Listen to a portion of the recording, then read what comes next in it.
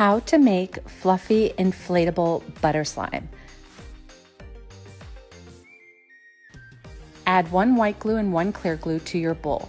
Add in some lotion, foam soap, paint or coloring, mix it all up and activate. I'm using 1 teaspoon of borax dissolved in 1 cup of water. Once your slime comes together, it's time to add your air dry clay. Mix your air dry clay into your slime and you're done. Make sure to follow for more mini tutorials like this one.